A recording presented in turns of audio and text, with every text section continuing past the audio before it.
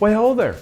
Brent here with Bring Your Own Tools. On today's episode, I'm going to show you how we completely manufactured these countertops and got them installed perfectly to finish off this amazing kitchen makeover.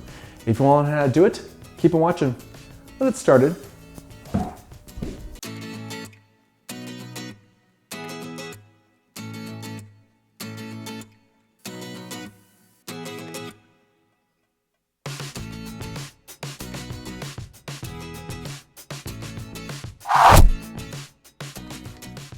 In last week's video, I showed the entire process of demoing out an entire kitchen as well as installing all the cabinetry. But now we need some countertops. And that's where integrity stonework comes into play. I love seeing the process of how things that we take for granted in our kitchen are actually made. And I'm going to show you the exact process on how these kitchen countertops are made to the exact dimension of your kitchen before they even arrive on site. They first go through the entire kitchen with a tape measure to determine physical measurements, and this just provides a good point of reference for the digital measurements that we'll be taking care of shortly. After all these measurements are accounted for, it's now time for the big guns, and that's where we bring in this machine. This big blue mammoth is called the Pro-M Pro Liner. It's a really unique device because it's actually taking physical measurements around the entire kitchen, and all he has to do is apply it to the edge of the wall, the cabinet, or even the window and determine the exact dimensions needed for the countertop. Now, there are laser versions of this machine that are accurate, but not as accurate as this machine. Because of the physical nature of the string line itself, you're getting exact measurements in exact locations as long as you're clicking on the right points. Once all the measurements are accounted for, it replicates the dimensions on their tablet, which then can be fine-tuned as needed while on site and approved right there. But now that we have our measurements, let's get our countertops cut up to the appropriate size. But first, our material. The countertop itself is an extremely important aspect of any kitchen makeover, not only due to the fact that you want something extremely durable, but you also want something that adds beauty and style to your kitchen design. We wanted to go with a quartz countertop, and in my personal opinion, Caesarstone provides the best quartz countertops in the industry. Their countertops are extremely durable, non-porous, stain-free, and of course easy to clean. I personally contacted them directly and they wanted to be the sponsor of this week's video. So please check out their amazing lineup to choose from, and I'll make sure and have a link in the description box below. Our Caesarstone countertops have finally showed up and they absolutely look gorgeous. I love the veining on these slabs, but now it's time to actually cut them. So let's get to cutting. These slabs are heavy, as you can imagine. Just one of these slabs weighs over 600 pounds, and they're 10 feet long by 4.5 feet wide, as well as over 1 inch thick. So we gotta make sure they're handled with care, but we're not killing ourselves trying to carry them, which is why a mobile forklift comes in extremely handy when handling these massive slabs. We place our first countertop slab right on top of the table, and the hydraulic table slowly moves the countertop to a horizontal position. Our measurements have already been inputted into this machine, and therefore we can get to cutting immediately. The first device that's used to cut these slabs isn't even a blade. It more realistically acts as a plunge router because it slowly moves deeper and deeper into the slab while using a diamond tip to plunge into the solid surface itself.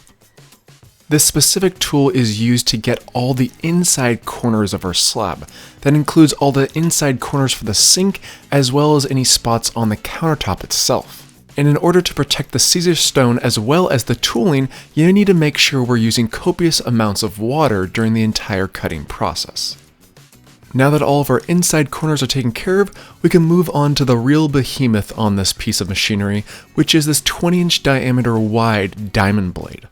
We make sure this thing is fully secured because we certainly don't want this thing going anywhere, and once it's protected, we're ready to rock and roll. This massive arm acts as a large CNC machine, and the laser itself is really more of a guide for us to make sure that this thing is cutting at the appropriate locations all the way through. Now this video is in fast forward motion to make sure that the video itself is not an hour long, but this blade cuts the Caesarstone extremely quickly and efficiently with amazing accuracy. There are 2 water jets, one on both sides, and as I noted earlier, this protects the Caesar stone, the blade, but it also reduces all the dust that would be created if we didn't have constant water shooting onto the blade. This machine can handle straight cuts, plunge cuts, and even a 45-degree angle, which I'll show shortly, but the beautiful thing about it is because it's a CNC, you basically just have to set it and forget it. I of course wanted to watch the entire process, but you certainly don't have to, and once the machine stops, we're ready to move on to the next machine. But as you can see, it's extremely accurate and all those inside corners are cut near perfectly. We dismantle the Caesar stone slab, which resembles more of a heavy puzzle, and by using a clamp attachment with the forklift, it makes it extremely easy to maneuver these large heavy slabs in place. We carefully pick each slab up and place them onto a mobile cart, and we maneuver them onto the next machine. These slabs are not a perfect size at this point. In fact, they're actually at least 1/8 of an inch larger than needed on all sides. But that's where our large edging machine comes into play, because this laser actually pinpoints exactly where the slabs that we just cut need to be, and these green supportive boxes have 2 tubes to them which provide suction to the substrate as well as suctioning down these large slabs. That way we can guarantee that these slabs don't move on us while in the routing process, which is very key, especially if we want perfect precision edging on all of our Caesar stone countertops. This machine is actually a much longer process than the cutting machine we just saw because it has to go through numerous bits. This goes from a 36 grit bit all the way up to a 3000 grit bit, and there are numerous bits to feed through in order to have that perfect finish in the end. This is precisely why these slabs were cut longer than needed, because through the edging process it grinds these slabs down to the exact size needed. And as you can see here, it goes from extremely coarse, rough surface to baby smooth, which is incredibly satisfying and also provides the perfect eased edge, which I would say we all desire in our own kitchen. As we're waiting for this machine to take care of all the edging, we can now start discussing our backsplash, which is made of the same product, but this slab is only 2 centimeters thick versus a 3 centimeter slab for countertops. The really unique thing on this portion of the fabrication was the fact that this machine can do those perfect 45-degree mitered corners for all of our backsplash connections. Once all of our backsplash is cut, I can then take our standard 6-inch wide straight runs and bring them over to this very long machine. The beautiful thing about this long bad boy is the fact that you not only get a perfect finish on the top side of your backsplash, but it also can calculate a perfect eased edge as well. This machine is specifically designed for straight runs, which is why it's so perfect for backsplash edging. And it might look like it's being fed slowly, but it actually is extremely quick when you consider the fact that it is still going from a 36 grit all the way up to a 3000 grit in just a couple of minutes, which is a huge time saver, and I was able to snag a video on the back side to see how they get that eased edge, as well as close as I could get to the polishing process, which is quite satisfying considering the fact that no manpower was needed to get this other than pushing it into the machine. However, we're not afraid to get our hands dirty around here, which comes in handy when it comes to these rounded edges. This is the backsplash that is placed right above our oven, and this needs to be polished by hand because that machine can only do straight runs, which is why it's nice to have a hand tool like this that has a 3-pad system that is also hooked up to a water line so it can disperse moisture while also polishing the edge. But now that we have all of our Caesar stone edges properly polished, we can move on to the installation. Now that all of our countertops are a much more manageable size, they can maneuver into a truck as well as maneuver that into your kitchen. Before any adhesive is applied, we do dry fit everything first to make sure it fits snugly in place.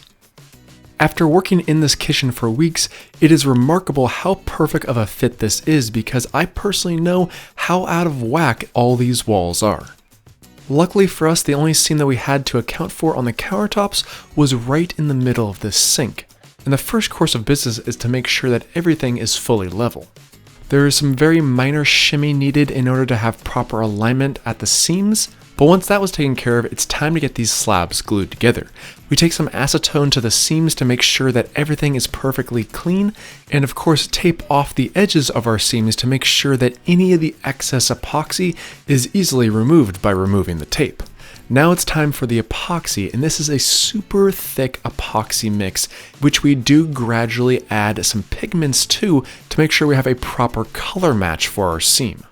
Now this color match takes a lot of experience to do, but luckily I had the A-team with me, and he did it in a mere couple of moments, which is a good thing because this is fast setting epoxy, which only takes about 15 minutes to fully harden up to the point where you can actually sand it down. Once the adhesive is applied, we squeeze the slabs together as much as possible, then remove any of the excess epoxy and clamp them down extremely tightly with a couple C-clamps. We obviously have the correct positioning for our countertop, which is why we apply our silicone to the inside edge of our cabinet. They're using a white or clear Pro Series silicone, and now that the large slab is positioned properly, we can move on to our smaller slab, which just needs a bead of silicone, then press down the countertop evenly and make sure your spacing is the appropriate space needed for your range. Once we like how everything looks here, we could bring in our full height backsplash that's right behind our range. Now this was the one that gave me a bit of worry because this had to account for the thickness of the countertop, but also account for it to butt right underneath our microwave. And as you can see, that measuring device really did an amazing job because this thing fit perfectly the very first time. Anytime you install a backsplash, you do want to caulk around all the edges. It provides a really nice professional look and feel and takes just a mere couple of moments. As for our remaining backsplash, this is where our mitered corners come into play because we have this unique window inset, and in order to finish it off in a very nice professional way, we have mitered corners at these two sections. After applying a heavy application of silicone to the backside, we press it up against our wall and also do the same to our small mitered corner section. But we do apply a bit of epoxy adhesive at the mitered corner in order to make sure that this is not a weak point over time, as well as making sure that it has a perfect finish in the end. A couple pieces of tape is all you need to make sure that that mitered corner doesn't move on us during the drying process, and we do the same exact thing to the opposite side. In order to fit our kitchen island countertop properly, you do want to check all your measurements on all four corners to make sure your overhang is distributed evenly. But once that's taken care of, we apply a small amount of adhesive on the corners, and therefore once that adhesive is dry, between that and the weight, it won't be going anywhere anytime soon. Our countertop epoxy for our seam has now had sufficient time to dry, and therefore we can remove the clamps and start abrading it properly. And by abrading, I mean polishing, because no matter how good of a seam that you do, there's still going to be a slight ridge to it via touch, and with a 3-pad polishing system, you're easily able to completely remove that ridge and provide an extremely smooth finish that may be even difficult to see with the naked eye. You do need to constantly apply moisture to the surrounding area because you want to make sure that you're abrading that surface properly and not introducing swirl marks to your countertops, which is the last thing you want. You also want to make sure and apply some protection around the surrounding area because this does kick up a bit of splatter, but minimal protection is all you need. Once the top is taken care of, the side seams around the sink as well as the front lip are also abraded and polished properly with a 3-step pad system. But once those are perfectly smooth to the touch, you can remove all of your protection and start installing your sink. When installing your sink, you do have to account for a couple different things. Number one, silicone is strong and a great sealant, but the curing process is quite slow and you want to make sure you have plenty of strength. That's why you want to make sure you do double duty and apply some silicone, but you also want to apply some epoxy around the rim of your sink as well, because that will cure and dry much faster than the silicone, but the silicone will still provide plenty of support. In order to guarantee that our sink doesn't move on us while it's in the curing process, we use a couple jack stands for proper support while it's drying. We then take our same polishing wheels and apply that to our mitered corners to guarantee that we have as smooth of a finish as possible in those locations. We are now fully done with all of our polishing needs, and we can move on to our faucet placement. We figure out exactly where our hole locations need to be placed and use these diamond hole saws to provide perfect hole penetrations for our faucet as well as our sprayer. In order to reduce as much of the dust and debris as possible while doing this, we do have a shop vac that's sucking up the vast majority of any of the dust that's created from this cutting. The last and final step of this cedar stone installation project is to seal the inside rim of the sink with a clear silicone, as well as going around all the corners of our countertops with a clear silicone edge. That will make sure that over the years no dirt and grime will be able to get into any of those seams. And with that, our countertops are fully installed. However, we still have a few miscellaneous things to take care of before this project is fully complete, like caulking all the seams of our cabinetry. Now, this might not be a step that has to take place, but it provides an extremely professional look and feel over this entire area, and if you don't do it, I assure you these little things will become an eyesore over time, and that's the last thing you want when you put so much time and energy into this kitchen makeover. As for the product I'm using, it's called out as AMP by DAP. Now, AMP stands for Advanced Modified Polymer, and it's perfect for kitchens because it's waterproof, it's paintable, and it prevents mold and mildew with a lifetime guarantee. The only thing you have to think about when utilizing a product like this is the fact that it is a polymer, and therefore having a wet, watery rag really doesn't do the trick when trying to wipe off the excess. You want to use some type of acetone product and cleaner because that will remove any of the excess sealant that you want removed from your cabinets. After I go through the entire kitchen and take care of all the seam work, it's now time to adjust a few of our cabinet doors that are not aligned properly. A few of the doors have a larger gap that I want, so I adjust the center screw on the hinge that's closest to the door, repositions the swing, and therefore gets the doors closer together. On some of the door corners, the edges pop out and not fit flush against the cabinet, which is an easy fix because all I have to do is loosen up the back screw on both hinges and then push the cabinet hinge as far back as I can, then retighten the hinge, and as you can see, a much better fit. Slight cabinet door adjustments needed to be made on basically all the doors, but just remember they're very simple to line up properly and you don't have to have an eyesore for years to come. And speaking of eyesores, I quickly realized how dated these old recessed can lights look once we have some beautiful white cabinets right next to them. Therefore, I did a quick switch out with some LED recessed lighting, and these are extremely easy to install as well as very safe. It's basically just screwing in a new light bulb. Plus, with these being LEDs, you can actually adjust the temperature of each light, which makes it very nice if you're trying to get more of a cool or more warm feeling in your kitchen. Now, if you watched part 1 of this tutorial, you will know that I had an oddly placed heater right underneath our sink cabinet. And in order to provide comfort to anyone who's washing dishes, we still need to make sure that that heater vent is actually working. I tape off a vent opening section in our trim toe kick and then use a drill for the corners and a multi-tool to cut out this section. That way it provides a very nice easy fit for our vent, and in order to make sure that this vent stays in place, I just apply a bit of hot glue to the back side of the vent, which does seal this vent in place near instantly, but it's also easily able to be removed later on if you want. And of course, any good kitchen makeover has to have a good quality faucet to end it on. And we picked out this gold faucet that closely matches the finish on our hardware. And with the water on and no leaks, I'm proud to say that on this project, we are done.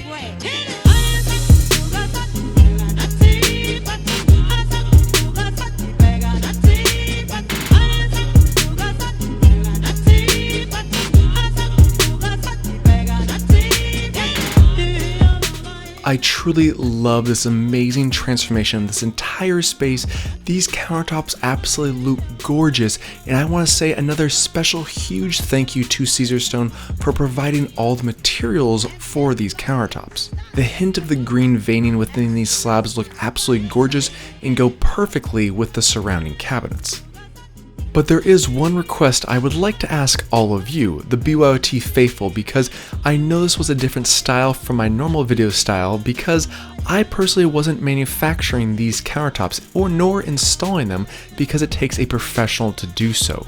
But I do love seeing how things are made, and I want to know personally from the BYOT faithful, do you like this process and seeing how things are made? And if so, let me know if you want to see more of these type of videos, potentially on a completely different YouTube channel or on this same YouTube channel, but dispersing them from every other week, compared to my normal videos, of course. But no matter what the comment section is like, I loved seeing the entire process of this kitchen makeover, and it is truly one beautiful, sexy beast. Oh yeah,